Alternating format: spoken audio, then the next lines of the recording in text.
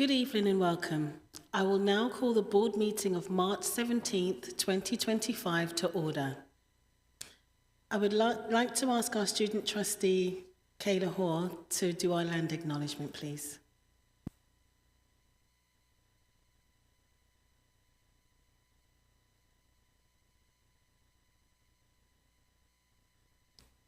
Thank you.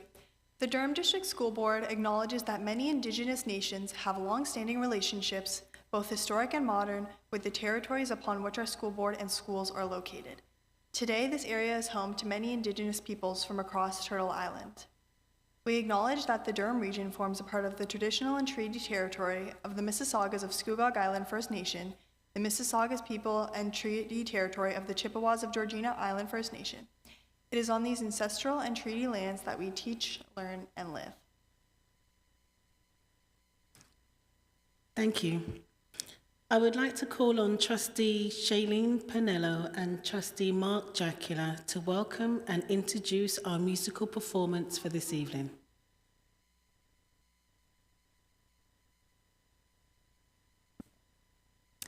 Thank you very much, Chair. Please join me in welcoming the Bow Valley Bobcat Blues Band. Band members are in grades 7 and 8, and they are conducted by Joseph Slegtonhorse, intermediate music teacher at Bow Valley Public School.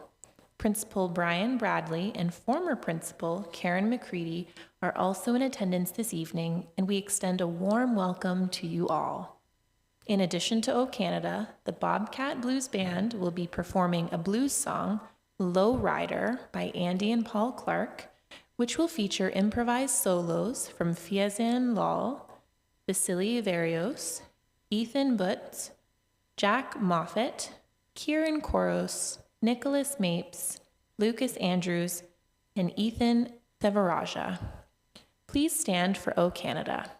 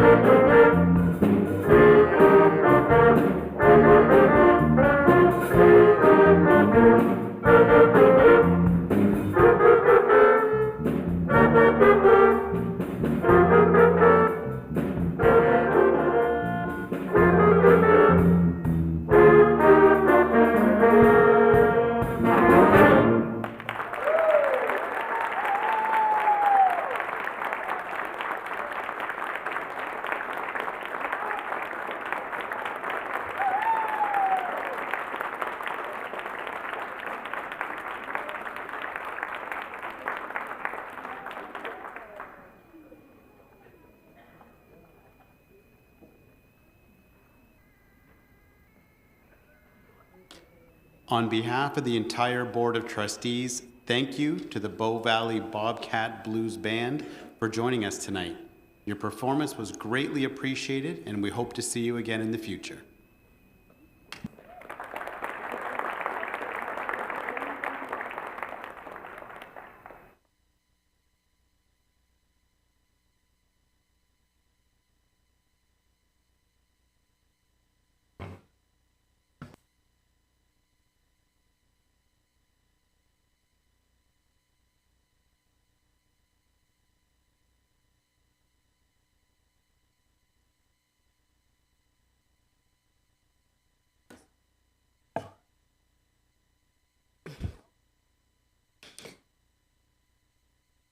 Are there any declarations of interest? There are no declarations of interest at this time. Could I please have a mover and seconder to approve the agenda as distributed?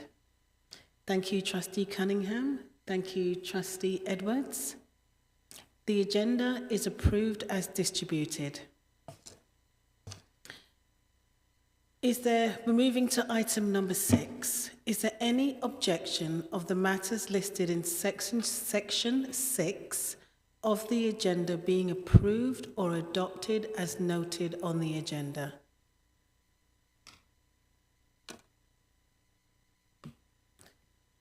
Trustee Edwards. Thank you. I'd like to poll item 6BI, please.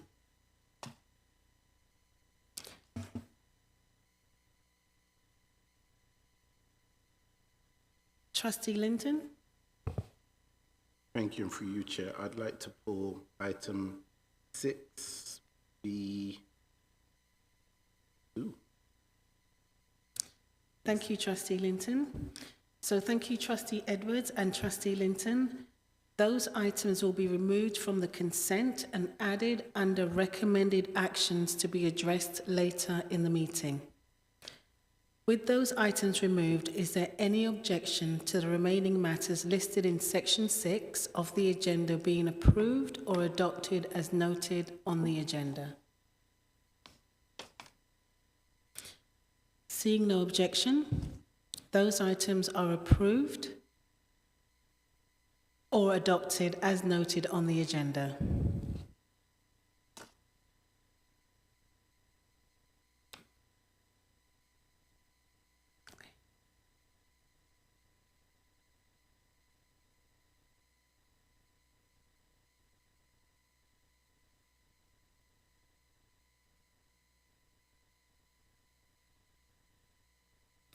We are now on item 7, public question period. Each question being asked this evening will be displayed on screen along with its response from staff. Only questions received via the online form prior to the deadline of last Friday at 12 p.m. will be addressed. In accordance with the established question period process, questions received after the deadline or via alternative forms are not eligible to be addressed.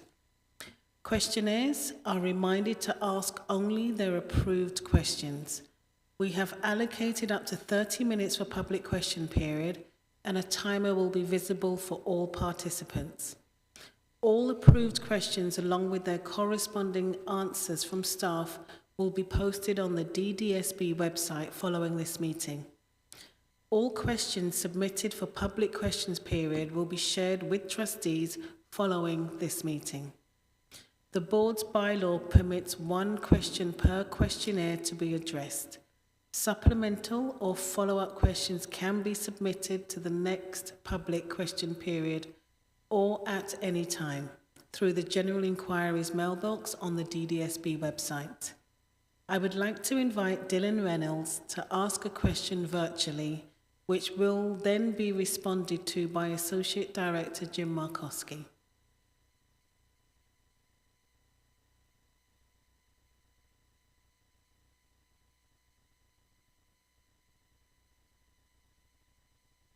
All right. Good evening, everybody.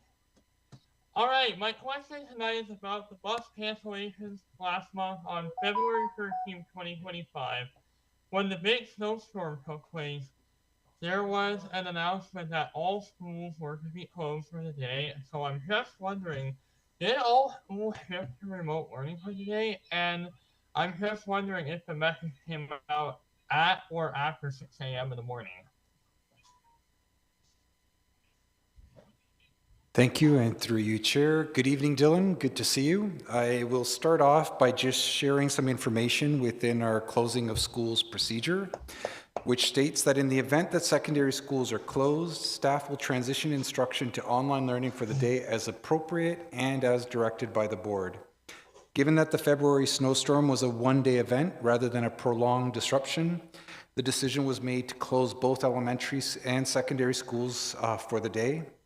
In cases where school closures extend over multiple days, we would then evaluate the feasibility of shifting secondary school instruction to a virtual environment. The notification regarding school closures was issued at approximately 6:15 a.m., which is ahead of the 7 a.m. timeline specified in the procedure. While we strive to communicate as early as possible, we take the necessary time to consult with education partners, transportation services, and local authorities to ensure that the decision is as informed and appropriate as possible. Thank you. Well, I do want to say happy St. Patrick's Day, everybody, and I will see you guys on April 22nd, 2025. Thank you, Dylan. That concludes public question period, and we will now move on to agenda item 8, the chair's update.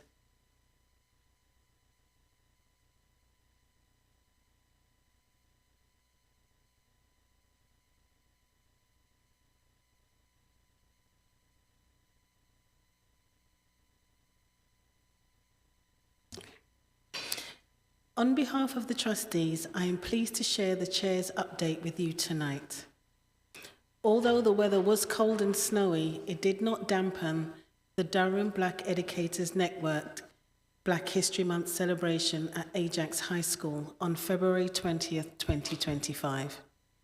Trustee Edwards and I attended the event and enjoyed the art, the food, and celebrating the many Black-owned businesses within the community. In Whitby, Trustee Thatcher had the honour of attending Black History Month celebration at Donald A. Wilson Secondary School, where she was impressed by the remarkable talents of the senior students. The event drew around 450 grade 11 and 12 students and centred around the theme of self-love, emphasising the significance of self-empowerment through dances, skits, spoken word, trumpet playing, and much more. Trustee Linton also participated in an event for Black History Month, where he joined Pine Ridge Secondary School Black Student Union for a meaningful assembly. During the event, students presented the findings of a recent survey and highlighted the significance of having a dedicated Black graduation coach at school. They spoke passionately about the profound impact Trisha Brown, their Black graduation coach, has had on their academic and personal growth. Students expressed their gratitude for the invaluable support and opportunities Trisha has provided, which have made a long-lasting difference in their lives. Another highlight of the past week for trustees was attending the Ramadan market hosted by the Muslim Educators Network of Durham, MEND, and held at J. Clark Richardson Collegiate. The event continues to grow year over year, attracting over 2,800 attendees and featuring more than 60 local vendors. Trustee Morton was thrilled to attend the Inclusive Skills Competition at Uxbridge Secondary School on February 21st. This annual event, organised by culinary teacher Dave Brown and his students, brings together students of all abilities from across Durham.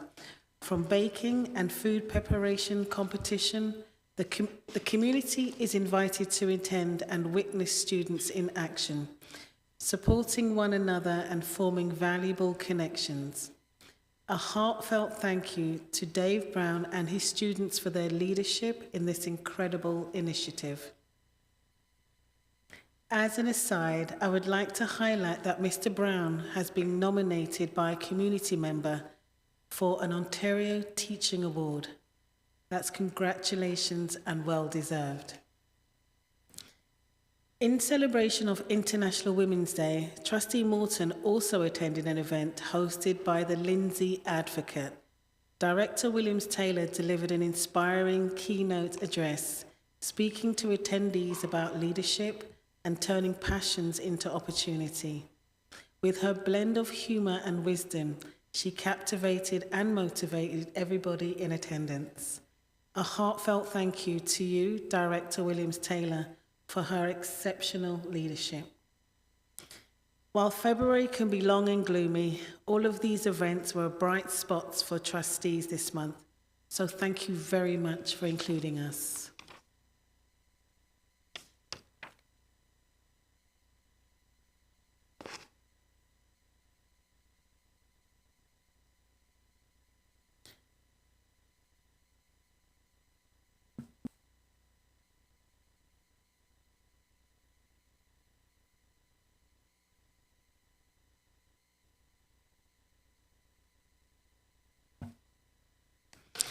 We will move on to good news from the system.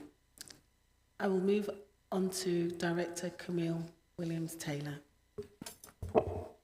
Thank you, Chair, and through you. It's always my pleasure to, on behalf of the senior team, to bring forward the good news from the system. And so I'll turn it over to our media team to press play.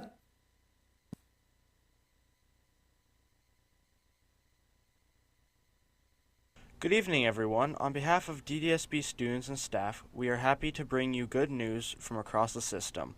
This past November, during Hindu Heritage Month, the DDSB celebrated the richness of South Asian culture and Hindu traditions.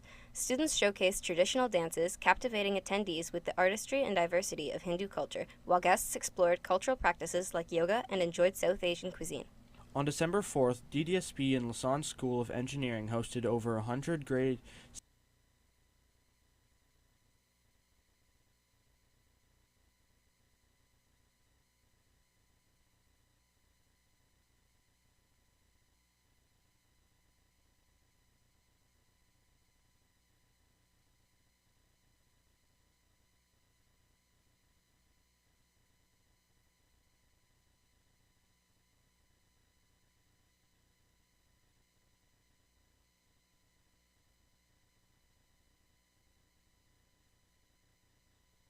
abilities put their practical and culinary learning to the test for an inclusive.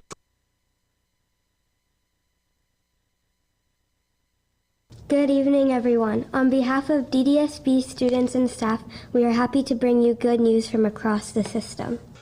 For the third year in a row, students of all abilities put their practical and culinary learning to the test for an inclusive skills baking competition. Hosted at Uxbridge Secondary School, students in the practical learning program at schools across DDSB brought their smiles and their A game for a fun day and some friendly competition. Organizing the competition is a labor of love for David Brown, head of culinary arts at Uxbridge Secondary School, as well as for the student volunteers. On February 26th, the Tribute Community Centers transformed into an electrifying hub of creativity and innovation, as DDSB proudly hosted the 4th Annual Regional Skill Ontario Competition. This revolutionary event showcased the talents and potential of next generation. Following an in-class competition that saw engagement from 102 DDSB elementary schools, 72 schools competed in a diverse array of categories. One of our very own DDSB students, Dana Bourgeon, was one of 8 provincial winners of the 2025 Student Achievement Award. In the visual non-credit category, Dana of G.L. Roberts CVI in Oshawa was awarded for her creative illustrations in the storybook, The Moon Story. The story follows a young boy struggling to fit in on Earth, but with the help of his new friends on the moon, he discovers newfound confidence that transforms his life back on Earth. Lincoln Avenue Public School hosted its annual Grade 8 History Fair, where students showcased biographical projects on notable Canadians. Their passion and effort highlighted how Canadians in history collectively shaped our country and the world. Several dignitaries from the community and featured Canadians attended, including Brigadier General Todd Strickland, Canadian hurler Perdita Felician, and Kevin Shea from the Hockey Hall of Fame. Donald A. Wilson Secondary School recently hosted an event themed Been There, Done That, and Wish I Knew Before I Went. On February 20th, to support parents and caregivers, the event focused on navigating their students' transition to high school or post-secondary education. The evening also featured an engaging presentation by Aubrey Norona, who shared a valuable insight from his experiences as a DDSB parent. The Durham Black Educators Network hosted its 2nd annual Black History Month celebration of Black excellence on February 20th. The event featured 200 elementary and secondary student performers representing approximately 25 schools. Nearly 300 guests attended and enjoyed various vocal and instrumental performances, dance, and spoken word presentations. In addition to the live show, over 30 pieces of visual artwork created by talented Black youth across the DDSB were displayed. The evening also included a small community vendor alley and a phenomenal keynote address delivered by Superintendent Margaret Lazarus. The second annual Muslim Educators Network of Durham Ramadan Market was an overwhelming success, bringing together more than 2,800 attendees in a celebration of culture, community, and connection. This year's event was a testament to the power of unity as families, friends, and neighbors gathered to mark the spirit of Ramadan. The Ignite Durham Learning Foundation hosted its 4th annual Make Tomorrow Brighter auction from February 26th to March 5th.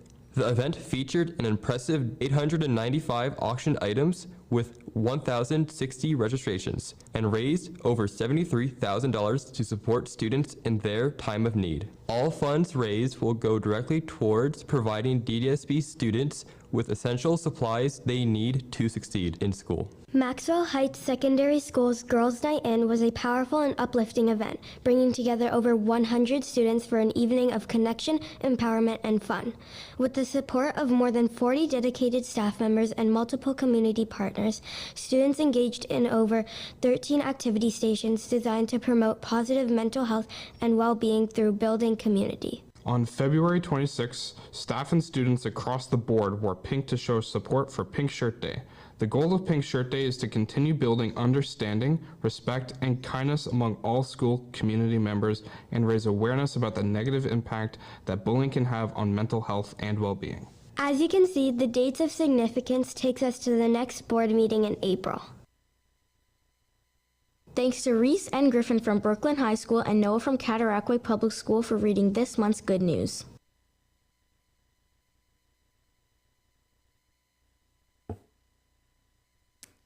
We will now move to recommended actions. We have a motion of rescheduling September 2nd, 2025 Standing Committee meeting, and I will turn it over to Trustee Cunningham. Thank you, and through you, Chair. The first day of school is one that's very busy for staff, students, and parents.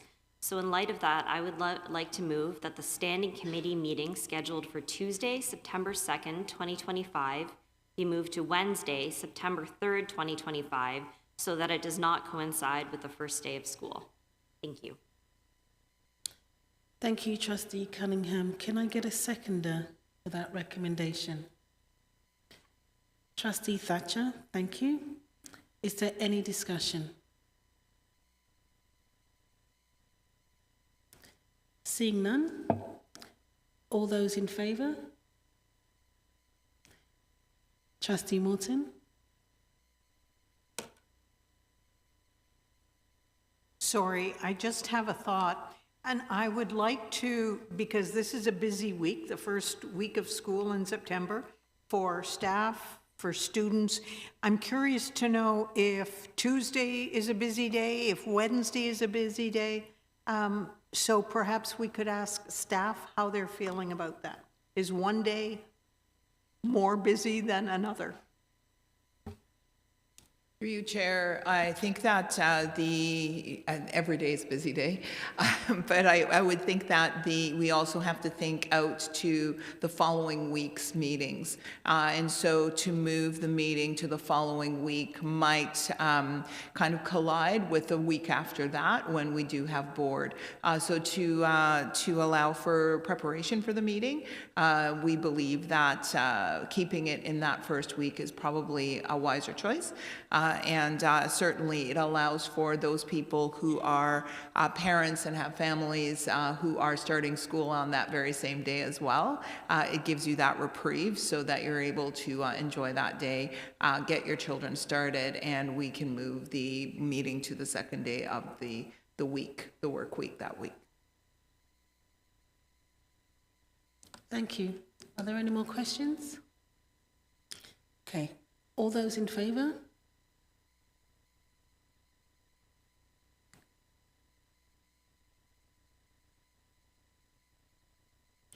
Any opposed?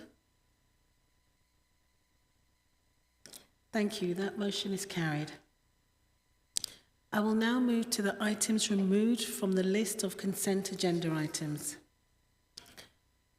6B1, that the board adopt the amendment of section 7 of the board member code of conduct. And I will turn that over to Trustee Edwards. Thank you. In reviewing the minutes, and this is, I just wasn't exactly sure what section 7, because we mentioned section 6, we mentioned some minor changes, but I wasn't really sure what those changes were. So if I just sort of appreciate a review of those changes, overview of those changes, much appreciated. Thank you. Councillor Cotter. Thank you, and through you, Chair Brown. Looking at the resolution references the change in Appendix A. So that is Appendix A to the initial report that went to the Governance Committee on February 26. And I'm looking at the package now and at the link in the agenda. And Appendix A to that report deletes Section 7 and replaces it with the following language: any alleged breach of this trustee code of conduct is subject to the terms of Appendix 2. What was there before was that the Integrity Commissioner would report to the Board of Trustees, and the Board of Trustees would consider the report and make its own assessment and determination of whether there was a breach, and if so, impose one or more of the sanctions. So that section, as trustees will recall, we had already, the board had already amended the code of conduct to align with the new provisions around integrity commissioners. That was all set out in the appendix. This one paragraph was left in the code of conduct. It wasn't in the minutes. And so that needed to be removed just to make sure there's alignment between the code of conduct and the appendix dealing with the integrity commissioner's powers. So as I say, the new language now is, as adopted by the governance committee, and that's before the board tonight, is that those provisions regarding the role of the IC and report to the board would be removed, and it just says any alleged breach of this trustee code of conduct is subject to the terms of Appendix 2, and that's already been amended to be compliant with the new provisions in the Education Act. Thank you. Are there any more questions from trustees? Seeing none, I will move to item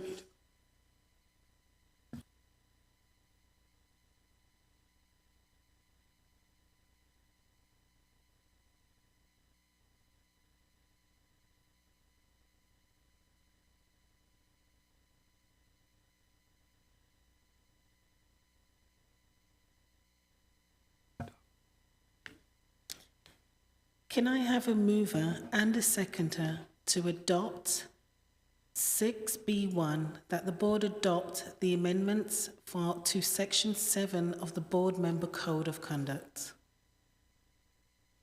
Trustee Cunningham, Trustee Pinello. Thank you. All those in favour?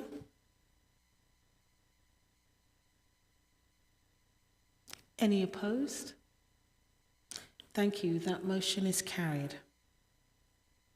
So we will move to consent agenda item 6B2, that staff prepare an information report to the Governance and Policy Committee regarding bullying. And I will move that to Trustee Linton.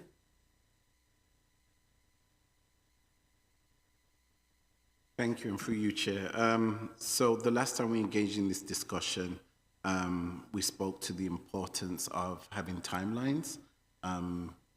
As trustees, we've heard many issues and challenges from our constituents around this as a challenge. So I'm looking to ensure and get clarity around the expected date for this report. We've actually a suggestion of it coming forward to the April 2025 governance meeting.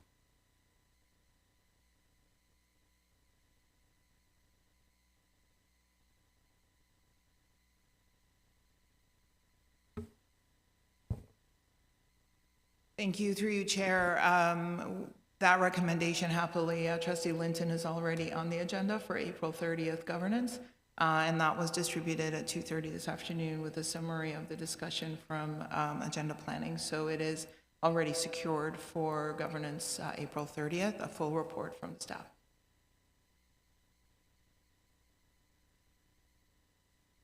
Are there any more questions from trustees? Okay, so I am looking for someone to move and second.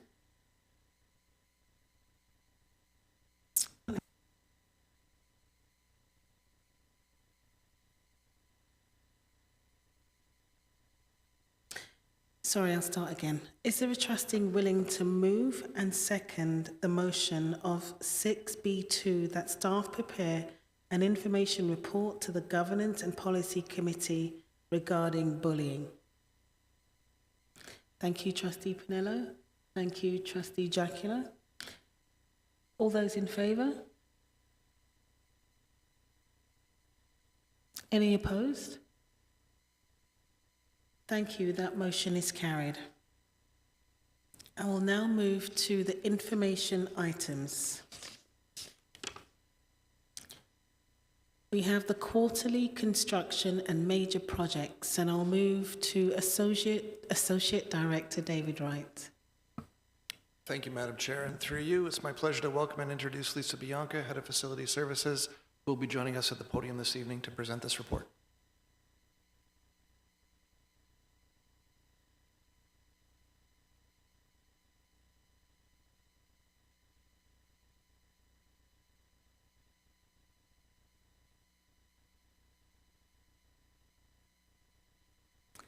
Thank you, and through you, Madam Chair.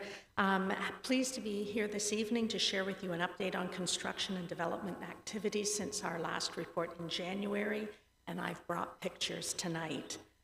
So just a quick recap. We have opened 2 new schools and 1 major addition in September, followed by the opening of a new childcare center just last month. And we currently have Ministry of Education approval to construct 8 new schools, which will open between September 2025 and 2028. So the next few photos are a little bit of how we started, where we are now.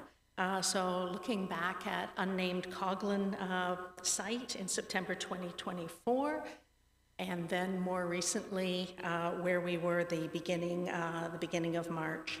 So despite the cold and very snowy winter, good progress has been made, and we're working on the 2nd floor load-bearing walls and services right now. So there's a view from the 2nd floor looking out at the neighborhood.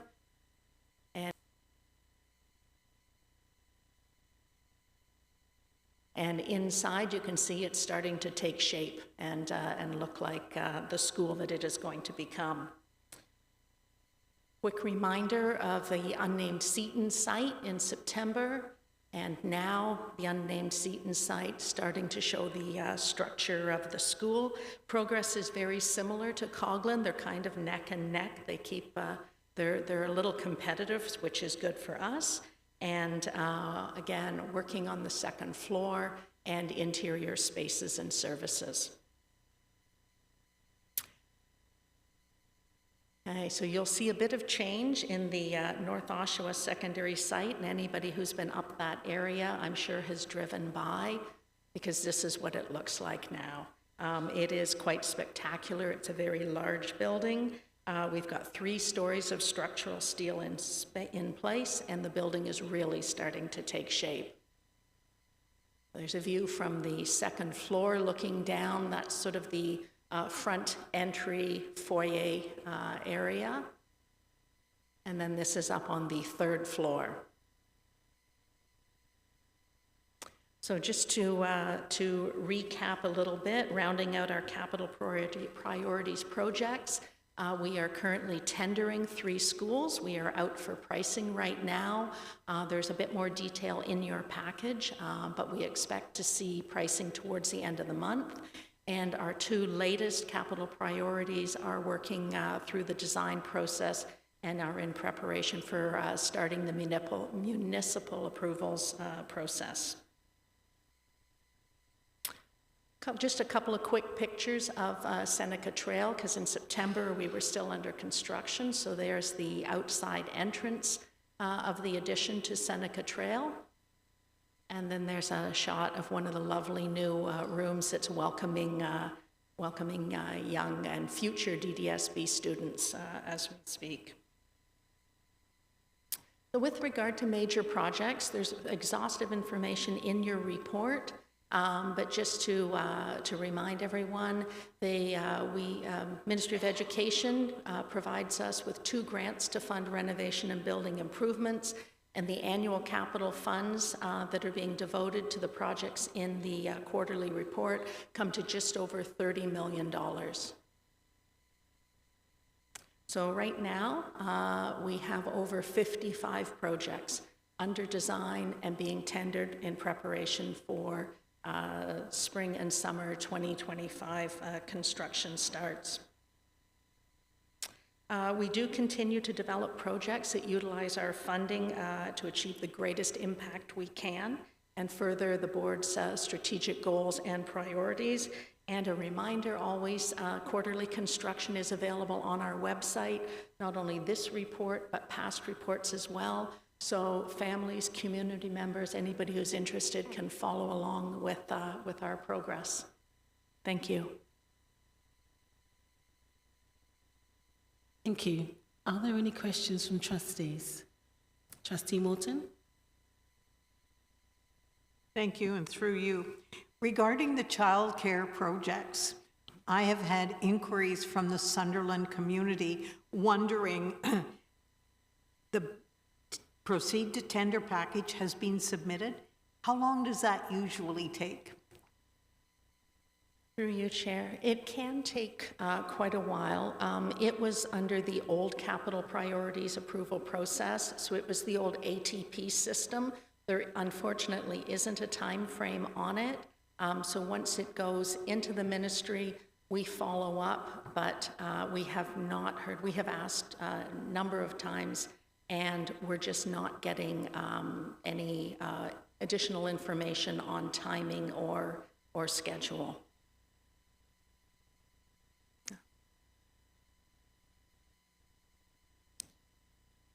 Trustee Thatcher?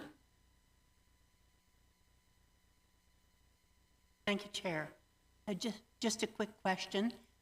With the new schools that have been funded but the building hasn't started, is there any idea as to when the shovel will be in the ground and the ground will be broken, whatever term we use? Through you, Chair. We're currently out for tender, so pricing is expected back towards the end of the month. I don't know the exact dates, but the last week of the month. When those prices come in, if they are within the budget the ministry has allocated for us, it will be a quick turnaround, and we can expect to start within a matter of weeks. Given the uncertain climate right now in construction and external forces that may increase pricing, we're hopeful that they will be within budget, but we will have to wait and see.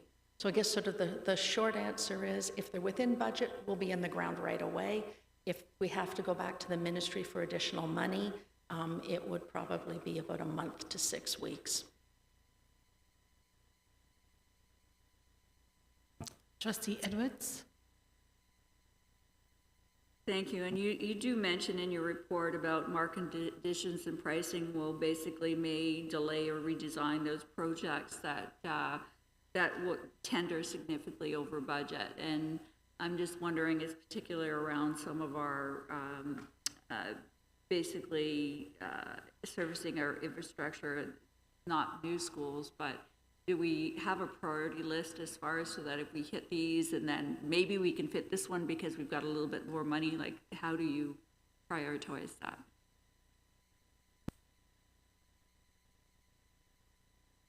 Thank you, through your chair. We always carry or reserve a bit of our funding as a contingency so that we can top up projects if they're very close to what we have budgeted. Certainly, if there was a tender that came in twice as much as we thought it would be, we would have to go back and take a look at why. Did we underestimate, or has the market simply, grown that much since we put pen to paper? So we do keep contingency back to give ourselves a little bit of room so we can top up budgets to move forward. I can say that the early projects that we have tendered, some roofing projects, some asphalt projects, the pricing has been quite good. This was sort of January, before a lot of the impact of some of the tariff action that has been in place, but there certainly are market segments that are still good and aren't going to be affected. So we are hopeful that most of our stuff will move forward. Trustee Linton? Thank you, and through you, Chair. It's always good to see the progress of the schools. I drive by there every now and again, so seeing that it's coming along, great. Just wanted to ask a question about the consultation process regarding the boundary review. I did attend one of the consultations, which was very well done and brought a lot of information. But we are hearing from some parents within the EB-FIN community that feel that they weren't consulted and just unsure on how to participate in the process. So could you share details on how parents were invited to take part in the boundary consultation?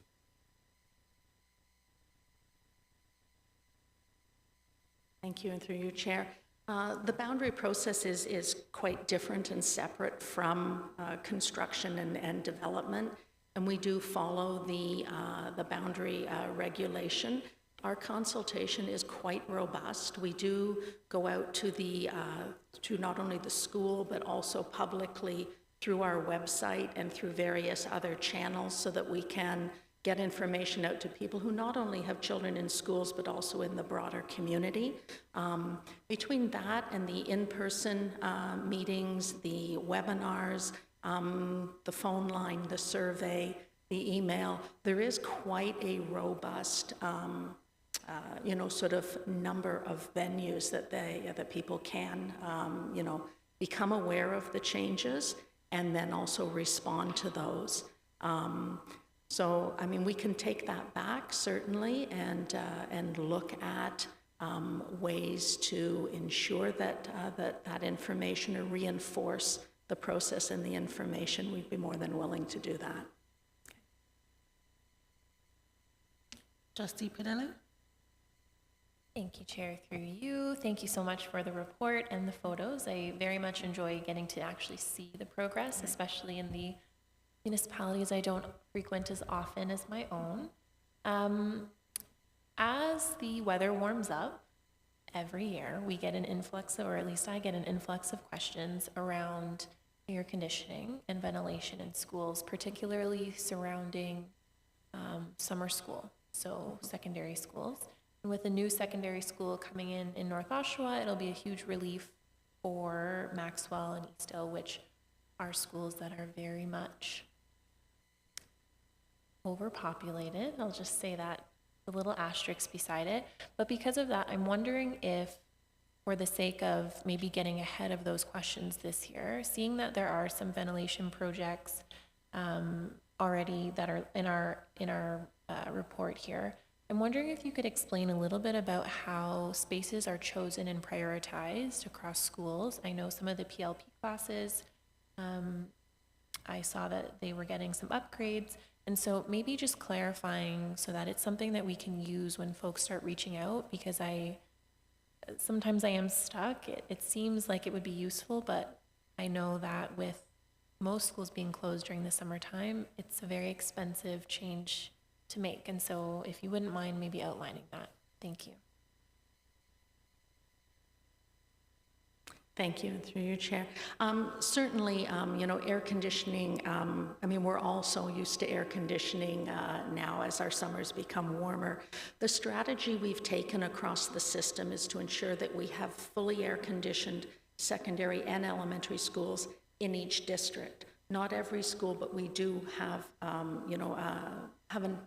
at least one that can provide that type of environment, particularly for students that are very, temperature sensitive for various reasons.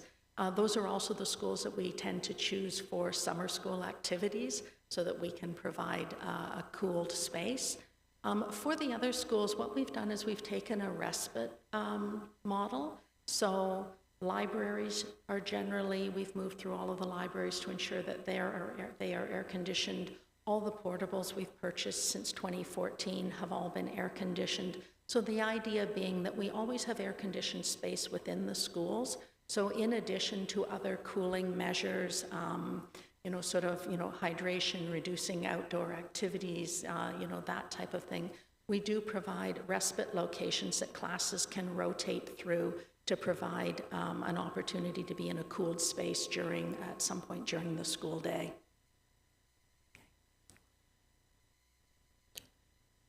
Trustee Miller? Thank you, and through your chair, I don't have a question. I just have a comment because I'm really excited about Section 6, our strategic links, and I was happy to see that the completion of our projects is reported that it will offer the opportunity to support our strategic goals by increasing our capacity, so that's really great to see. It's just a great news. So I just wanted to know if there's anything you can speak on regarding that. I'm really happy and grateful to see that in the report. Great, thank you. One thing we've tried to do with sort of the new schools that we're building and the renovated spaces that we're doing is to create spaces that respect the strategic goals and the direction that the board wants to move forward, and also provide flexibility of space. So there's an opportunity for learning in many, many different ways. We've sort of tried to make these rooms be able to accommodate whatever style and type of learning that educators, not just this year, are employing, but also, 5 years down the road, 10 years down the road. The goal is always to be able to have the physical space meet the educational needs and program that the board sets. Thank you. See, there's no more questions. Thank you very everyone. much. Right, we will move to the mid-year update on implementation of the 2024-25 Math Achievement Action Plan. And I will move to I'm just blabbering today. Superintendent Mohammed Hamid. Thank you, and through you, Chair. The report can be found on page 23 of your package. This mid-year update on the 2024-2025 Math Achievement Action Plan provides an overview of the progress made in implementing key strategies to support math learning across DDSB schools. The report highlights the work being done in priority schools with a focus on strengthening instructional practices, fostering collaborative educator learning, and leveraging digital tools such as Education Perfect to enhance student achievement and engagement. We recognize that sustained improvement in math takes time. Building deep understanding and confidence in math requires intentional structures that support precision in teaching and learning. Through this plan, we are putting the necessary building blocks in place, ensuring educators have access to coaching, high-impact instructional strategies, and data-informed decision-making that are responsive to student needs. These building blocks are not static, they are adaptive, evolving in response to the data that we collect to ensure that supports we provide remain relevant and impactful. To further illustrate this work, at our next meeting, the April Standing Committee meeting, we will be joined by one of our priority schools to share a presentation demonstrating how the components of the Math Achievement Action Plan come to life at the desk of the student. This presentation will highlight the through line from system-level planning, communities of practice, to the student desk and back, showing how the structures in place are making an impact on student learning. This report is respectfully submitted for trustee information. Thank you. Are there any questions from trustees? Trustee Cunningham? Thank you. No question, but I wanted to say I was really happy to see how low the numbers are of students who don't believe they are good at math. So it's really nice to see that confidence level coming up among students. So thank you for sharing that. Trustee Morton? Thank you, and through you. I have a couple of comments, and I also have a question. My first comment is I'm really pleased that we have moved to 60-minute math periods. I think that's awesome. Secondly, I'm looking at Appendix B, the priority list of schools. And I am so impressed that there are 4 schools identified as priority for grade 3 level. But then when I look at the grade 6 level, 4 of those schools have improved to the state where they are no longer priority. That tells us that the students are working really hard, the staff is working really hard. So I want to commend everybody in those 4 school communities. My question is regarding math qualifications. So earlier in the report, it talks about educator confidence gaps. And I know that there are many teachers who are not comfortable teaching math. So I'm wondering at what point, the elementary level, do we think about having math-focused teachers, whether it's math on Rotary? But when we consider that there are some teachers who, even though we're spending lots of time and effort on professional learning, math isn't for everybody. Where do we go for Rotary? Thank you, and through you, Chair. And we appreciate the question, Trustee Morton. It is one of the areas that we are exploring in terms of having dedicated math teachers for next year. There are a number of schools, priority schools, who have indicated an interest in exploring this as part of a small group of schools. We do see a lot of it in grades 7 and 8. We don't see a lot of it in grades 6, 7, and 8. And so we do have a small number of priority schools who are going to be exploring that for next year, and we will be examining the impact of that and seeing if that's something that we can maybe expand a little bit. So thank you for raising that.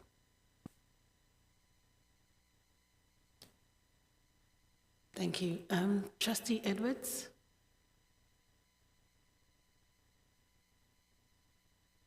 Thank you. I appreciate the report, and particularly that it's only 6 months. And just as Trustee Cunningham said, some of the numbers are quite basically pleasing. That we are seeing that at least people are looking forward to at least learning about math.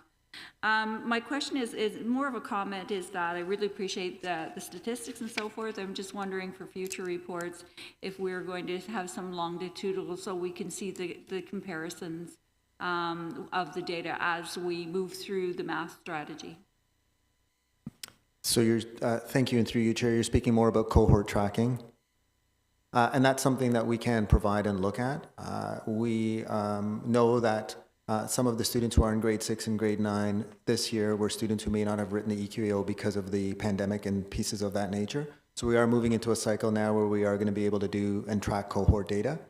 So that is something that we can look to include moving forward.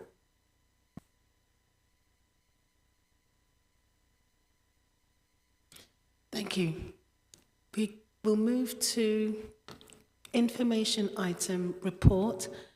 Approved January 29th, 2025 Governance and Policy Committee meeting minutes. And I'll turn it to Trustee Kelly Miller.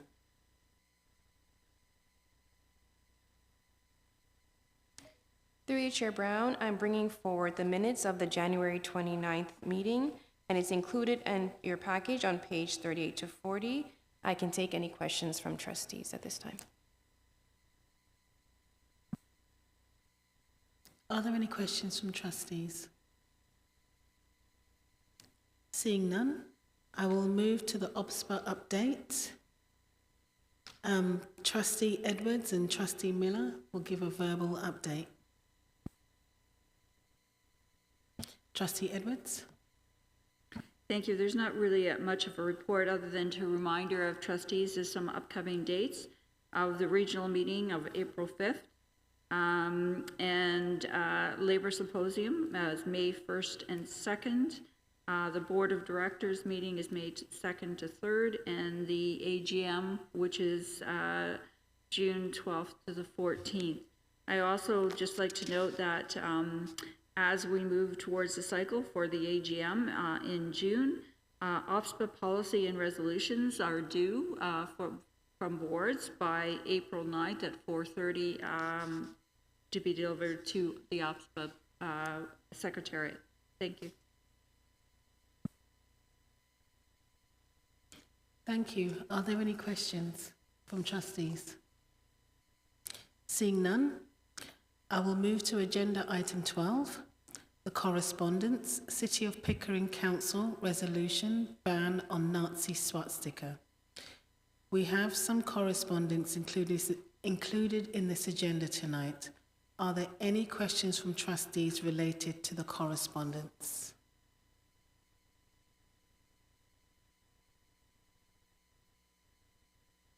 Seeing none, we will move to agenda item 13, date of significance.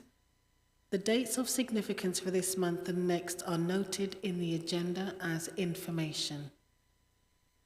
Are there any questions from trustees? Seeing no further business, can I please have a mover and seconder to adjourn this meeting? Trustee Jackula, Trustee Linton, all in favour?